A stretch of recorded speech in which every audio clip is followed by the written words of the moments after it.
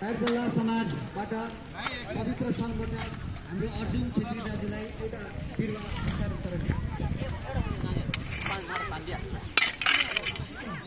State गरेर सिधा चला चला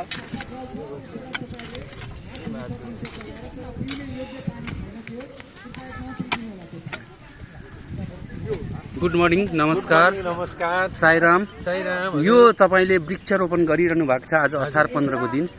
तपाईको उद्देश्य के छ, यसमा केही भनाइ के छ, तपाईको दुई चार शब्द भनिदिनुहुन्छ भने यो विद्यापीठको तपाई एउटा राम्रो पोस्टमा बस्नु भएको रहेछ र मलाई खुसी लाग्यो र तपाईको थोडा अलिकति सानो जानकारी लिन चाहन्दैछु। यो वृक्षारोपण चाहिँ किन गरिरहनु भएको छ, तपाईलाई के छ?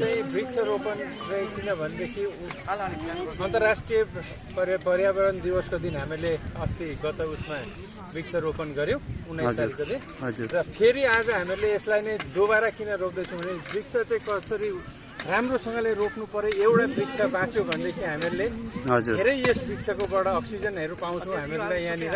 त्यसले गर्दाखेरि चाहिँ हामीले यस वृक्षलाई रोपिरहेका छौँ र यो धेरैजना मान्छे भेला भएको छ र धेरैवटा वृक्षहरू रोपेर चाहिँ आज हामीले चाहिँ जसरी हुन्छ जस्तो पाराले हुन्छ यो हामीले एउटा के भन्छ पर्यावरणलाई चाहिँ बचाउनु पर्छ भन्ने मेरो मेन उद्देश्य हो। Thank you. हजुरको शुभ नाम? मेरो दीपक गौतम। हस्, थ्याङ्क यू। Thank you.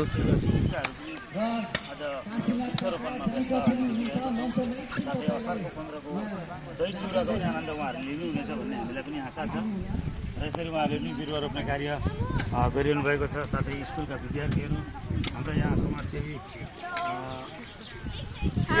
के भन्छ बेटा?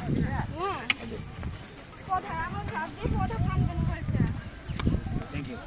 यहाँ हामी समक्ष दीपक गौतमजी हुनुहुन्छ।